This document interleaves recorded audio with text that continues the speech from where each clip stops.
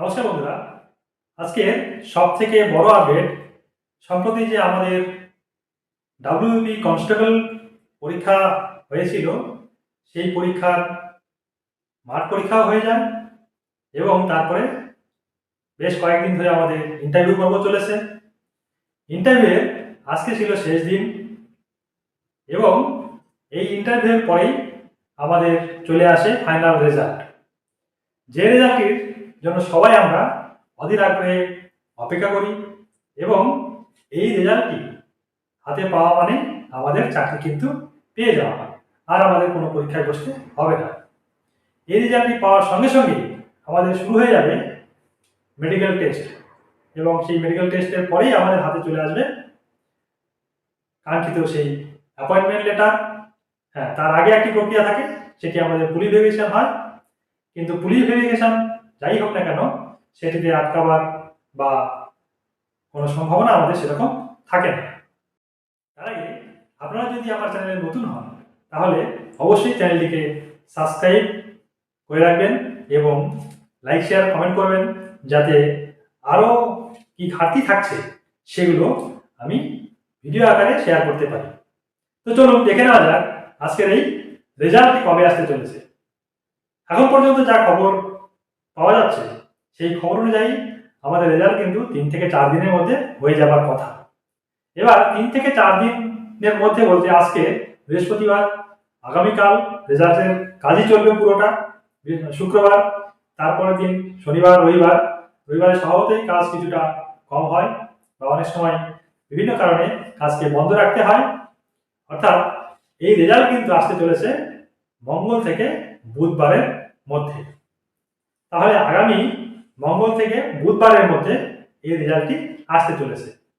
তো সেই ক্ষেত্রে ধরে নেওয়া যায় আগামী বুধবারের মধ্যে কিন্তু এই রেজাল্টটি হয়ে যাওয়ার কথা, অর্থাৎ আমাদের 25শে ফেব্রুয়ারির মধ্যেই এই রেজাল্টটি হয়ে যাওয়ার কথা রেজাল্টের জন্য, ফাইনাল রেজাল্ট, যেটি হাতে পেলেই আমরা কিন্তু 99% চাকরিটি পেয়ে যাব। কারণ এরপরে যে প্রক্রিয়াগুলো থাকে সেগুলোতে আর চাকরি হারাবার সেই অর্থে কোনো ভয় থাকে না। এরপরে শুরু হয়ে যাবে আমাদের মেডিকেল টেস্ট এবং পুলিশ ভেরিফিকেশন, তারপরে জয়নিং।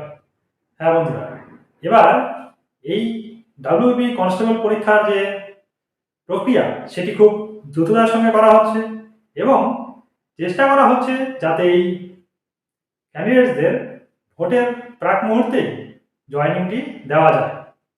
ভোটের প্রাক মুহূর্তে বলতে সেটি ভোট তো ডিক্লেয়ার হয়ে যাবে আমাদের, হয়তো তার মাঝখানেই প্রসেসগুলো চালানো হবে করে সেটিকে হয়তো আমাদের যে ভোটের দিনক্ষণ তার আগেও চেষ্টা চলছে সবাইকেই জয়েন করে নেওয়ার। এখন সময় বলবে সেটি কতটা করা সম্ভব বা আইনি যদি জটিলতা যদি না আসে কোনো রকম, তাহলে নিঃসন্দেহে সেটি হয়ে যাবে।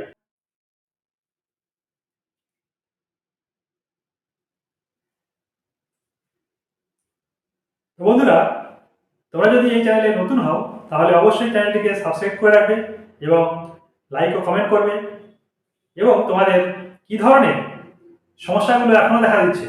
অনেকেই আমাদের দেখা যায় যে এই পরীক্ষাগুলো খুব যে কঠিন হয় তা নয়, তা সত্ত্বেও শারীরিক সক্ষমতা থাকা সত্ত্বেও অনেকেই পরীক্ষায় ঠিকমতো নাম্বার তুলতে পারছে না বা ইন্টারভিউ ক্র্যাক করতে পারছে না। তো সেগুলো যদি কমেন্টে জানিয়ে দাও, অবশ্যই আমি সলভ করার চেষ্টা করব। তো বন্ধুরা, বেশি উদ্বেগ বা উচ্ছ্বাস এগুলো কোনোটাই আমাদের পক্ষে খুব একটা সুখকর নয়। সবাই ধৈর্য ধরো, অপেক্ষা করো। এতদিন তোমাদের অপেক্ষার পালা চলেছিল, সেই অপেক্ষার পালা শেষ হতে চলেছে। আশা করবো প্রত্যেকেরই একটি ভালো কিছু ফল তোমরা পেয়ে যাবে। কাট অফ সম্পর্কে এই রেজাল্টের যে কাট অফ সেই ভিডিও অলরেডি আমার দেওয়া হয়ে গেছে। আমি ডেসক্রিপশন বক্সে সেই ভিডিওর লিঙ্ক দিয়ে রাখবো, যাদের এখনো দেখা হয়নি তারা একবার দেখে নেবে। অযথা আশঙ্কিত হওয়ার কিছু নেই, খুব বেশি কাট অফ আসবে না। বারবার বলছি যে খুব বেশি কাট অফ কিন্তু এই পরীক্ষায় আসবে না, কারণ যে হারে ক্যান্ডিডেটকে পাস করানো হয়েছিল মাঠে অনেক ক্যান্ডিডেট পাস করতে পারেননি বিভিন্ন কারণে, কেউ দূর করতে পারেননি, কেউ হাইটে বাদ গেছেন, ফলে কম্পিটিশন যে খুব বেশি আছে তা নয়।